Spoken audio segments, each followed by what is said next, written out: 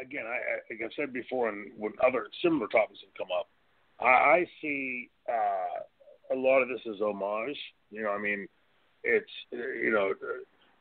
we all go to our grave hoping that we'll never be forgotten, and we're forgotten 10 minutes later. So when somebody does that, there's a bit of homage to that. But I will say this: I mean, there's first of all, there's copyrights involved, and secondly, I never portended in my career that I wanted to be the next Nature Boy Ric Flair or the next living legend Bruno Sammartino. I wanted to be the first Shane Douglas. As naive as that sounds coming into the industry, I truly wanted to make my way in the industry. I didn't want to be another of this or that. I didn't want to be another Road Warrior or another Sting or another Undertaker. I wanted to be the first me.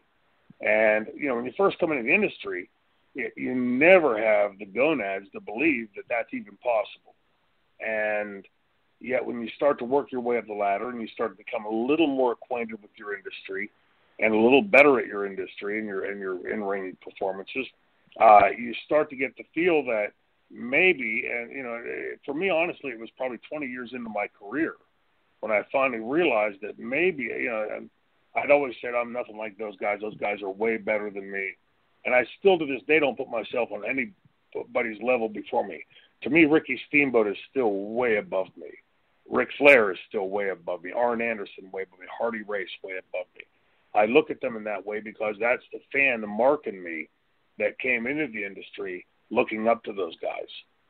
But in hindsight, when I encapsulate my career and look at it as just an embodiment of a career, I can look at it and I can see where the fans could get excited over that. I've had, like I said earlier, I've been blessed to have the career I've had. And for me, look, John Cena's name is already universally known. Kudos to him for that. He's worked his ass off for that. He deserves that. But to suddenly start saying, you know what, I'm going to start calling myself the eighth wonder of the world, Shane Douglas. That was Andre the Giant. Or the living legend, Shane Douglas. That was Bruno Sammartino. Or whatever, fill in the blank. I would be embarrassed if somebody, in fact, Paul Heyman came to me early in ECW and wanted me to start doing Ric Flair's chop, his woo, and his figure four. And my exact comments to Paul were, are you out of your fucking mind? I'm out here burying this guy on these promos. And you want me to copy him? That wouldn't in 10 lifetimes have done that. And the bigger part of the reason for that was the Nature Boy Ric Flair had been done to perfection. Troy Martin couldn't better what Richard Flair had done on that. And, you look at Buddy Landell, bless his heart. Great worker, great guy. But he looked like a Ric Flair number 2, not what Buddy had and what I believe Buddy could have become. I never wanted to be a second Nature Boy or second anything. I wanted to be the first whatever. And so when I got to name the franchise and the gimmick and turned that into what it became and put my heart and soul into that, looking back from where I sit today on my couch, I'm proud of what I accomplished with that and what we did with that. I'm embarrassed that somebody of John's status and stature would think that maybe he just start calling himself that. It's a little bit too late for that, and I don't for a second believe John's being disrespectful in doing it. My guess is he's been told to do it, but whether it is or isn't that, to me, John Cena's name's already universally known. No reason to start calling yourself, the Human Suplex Machine, Shane Douglas, in 2017. Taz did that pretty well. Or homicidal, suicidal, genocidal Sabu.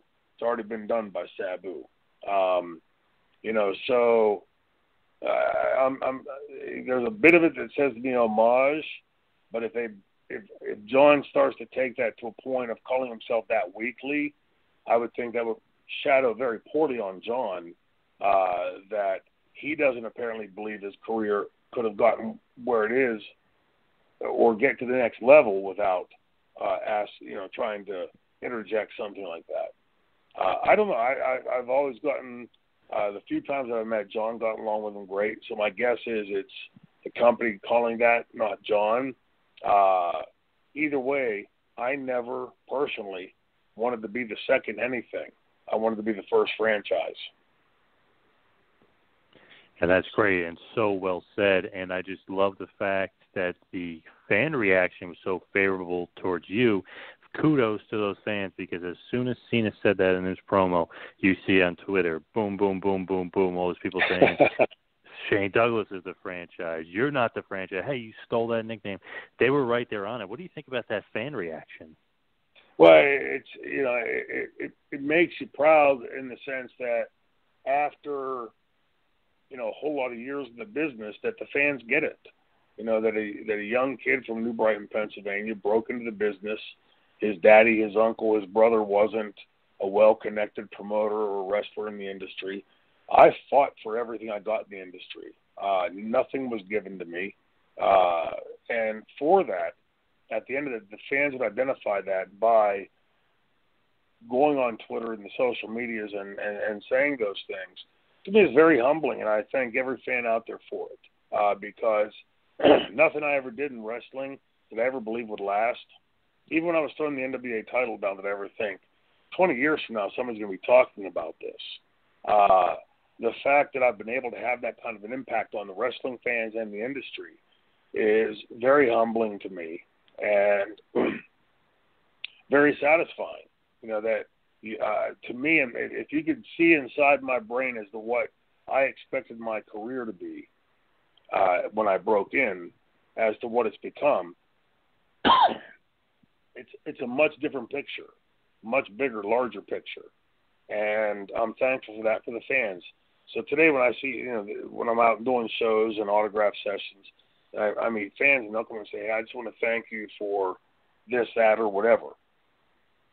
I immediately say back to those fans, "Thank you for watching, because if you didn't watch all those years, it wouldn't have mattered." If Shane Douglas was just throwing the belt down in August of 1994 at some little watched NWA convention, and nobody was watching it, who would have given a shit? But the fact that so many fans today identify with that and see that as a seminal point for ECW to go on to what it became. I don't for a second mean to